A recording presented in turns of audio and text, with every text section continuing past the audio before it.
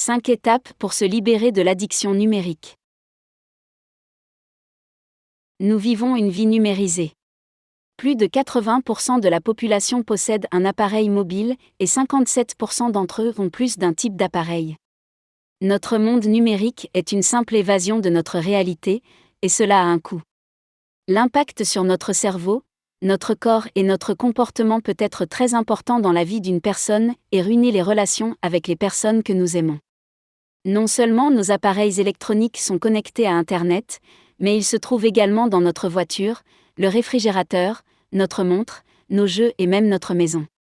Cette omniprésence de la technologie soulève la question suivante.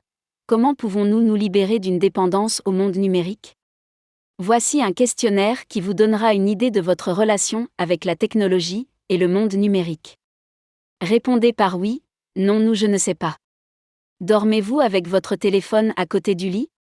Consultez-vous les réseaux sociaux 1 heure ou moins avant de vous coucher ? Est-ce difficile pour vous de rester assis en silence ? Mangez-vous la plupart de vos repas devant un écran ? Utilisez-vous la fonctionnalité alarme de votre téléphone ? Consultez-vous les réseaux sociaux pendant que vous êtes au travail ? Avez-vous tendance à regarder immédiatement toutes les notifications que vous recevez sur votre téléphone ? Allumez-vous la télévision lorsque vous rentrez du travail ? Avez-vous une montre connectée ? Diriez-vous que votre temps d'écran quotidien est supérieur à 5 heures par jour ? Le fait de regarder votre téléphone est-il un comportement automatique que vous ne faites pas toujours consciemment ? Avez-vous du mal à vous endormir ou à rester endormi ? Avez-vous un problème de surpoids ? Avez-vous des difficultés d'attention ou de concentration ? Est-ce que vous regardez votre téléphone ou naviguez sur les réseaux sociaux lorsque vous conduisez ? Avez-vous parfois l'impression que votre téléphone vibre, alors qu'il n'y a pas de notification ? Vous sentez-vous anxieux si vous oubliez votre téléphone ou n'y avez pas accès pendant un certain temps ? Considérez-vous vos appareils électroniques comme quelque chose dont vous ne pourriez pas vous passer ?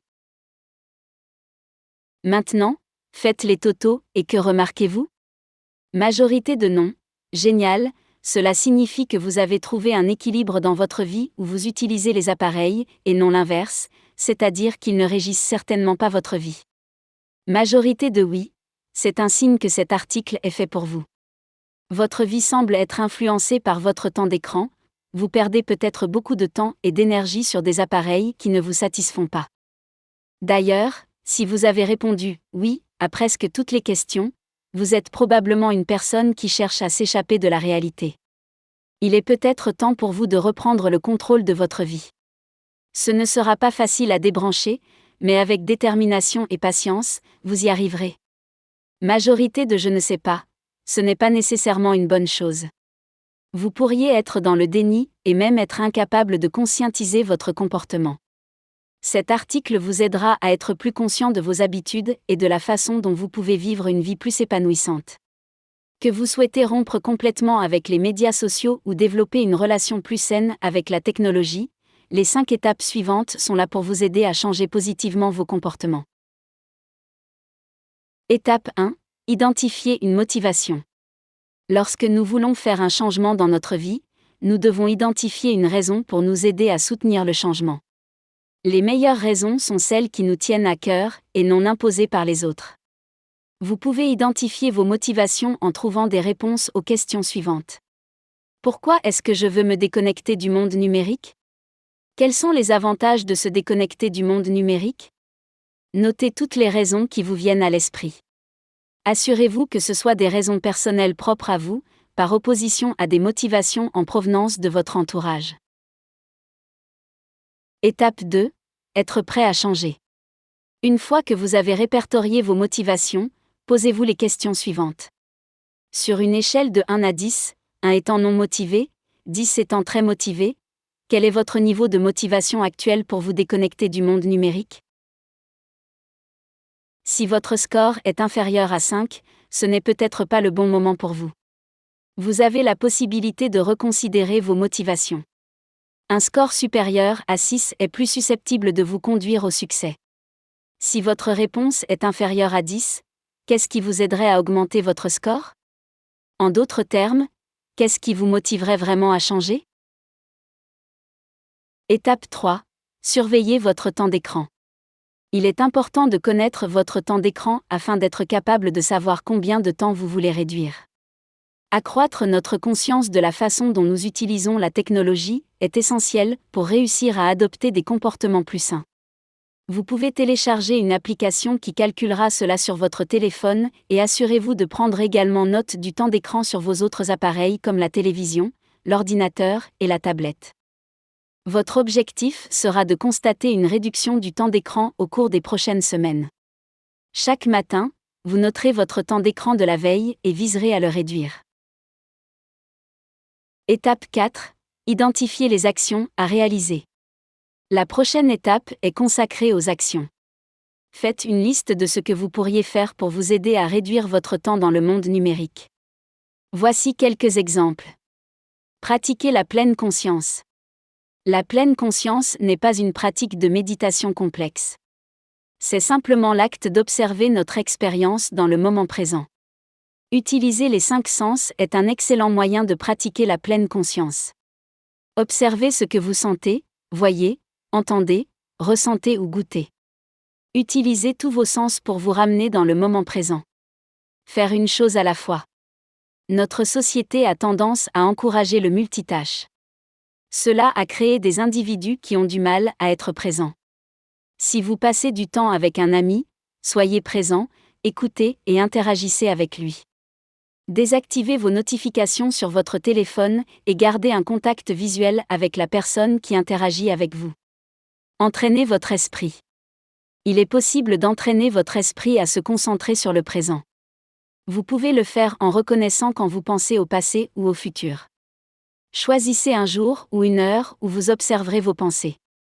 Pendant ce temps, prenez conscience lorsque vous avez des pensées liées à quelque chose en dehors du moment présent, comme penser à ce qui s'est passé dans votre passé ou espérer l'avenir. Une fois que vous vous êtes surpris, prenez 3 respirations profondes pour ramener votre attention sur le moment présent. De cette façon, vous vous améliorerez pour ramener votre esprit au présent. Avoir un rituel au coucher. Lorsque vous vous couchez, au lieu de faire défiler les publications sur les réseaux sociaux, prenez 15 minutes pour reconnaître ce pourquoi vous êtes reconnaissant dans le moment présent. Énumérez toutes les choses pour lesquelles vous êtes reconnaissant en ce moment. Attribuez une heure hors ligne. Beaucoup de gens n'ont pas de limites en ce qui concerne les médias sociaux.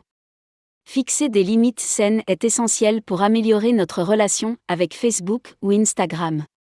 Vous pouvez le faire en identifiant un moment précis où vous êtes hors ligne, un moment où vous pensez qu'il vaut mieux ne pas regarder les médias sociaux. Par exemple, vous pouvez décider que les 2 premières heures de votre journée soient hors ligne.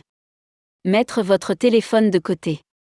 Lorsque vous interagissez avec d'autres personnes, que ce soit lors d'un dîner en famille ou avec des amis, veillez à ranger votre téléphone. Mettre votre téléphone de côté augmentera la qualité de l'interaction que vous avez avec les autres et apportera également plus de plaisir. La clé pour réussir à s'éloigner du numérique est d'identifier des moyens réalistes et pratiques pour vous. Il n'est pas nécessaire que ce soit une approche du tout ou rien. Réduire légèrement votre temps devant un écran vous permettra de vous familiariser avec la réalité. Étape 5. Mettez en œuvre vos actions. Il est maintenant temps de mettre en œuvre toutes les actions que vous avez identifiées à l'étape 4. Choisissez un jour cette semaine où vous appliquerez votre première action. Ce jour sera le début de votre voyage pour reprendre le contrôle de vos appareils. Une fois que vous avez choisi une date, choisissez votre action. La sensibilisation et le transfert de vos activités pour augmenter votre temps hors ligne peuvent améliorer votre bien-être. Être hors ligne augmente également votre sentiment de vivre le moment présent. Vivre votre réalité peut être plus gratifiant que le monde numérique. Notre relation avec la technologie n'a pas à être inexistante, mais nous devons trouver un équilibre. Être en contrôle signifie que la technologie ne vous utilise pas. Ne perdez pas toute votre énergie et votre temps à naviguer sur les réseaux sociaux. Il est recommandé de continuer à surveiller votre temps d'écran. La sensibilisation sera essentielle pour maintenir une relation équilibrée et saine avec la technologie. Vous venez d'écouter 5 étapes pour se libérer de l'addiction numérique, présentées par lesdéveloppements.com. Pour plus d'informations, lisez notre e-book « Passez moins de temps dans le monde digital et plus de temps dans le monde réel » en cliquant sur le lien en description.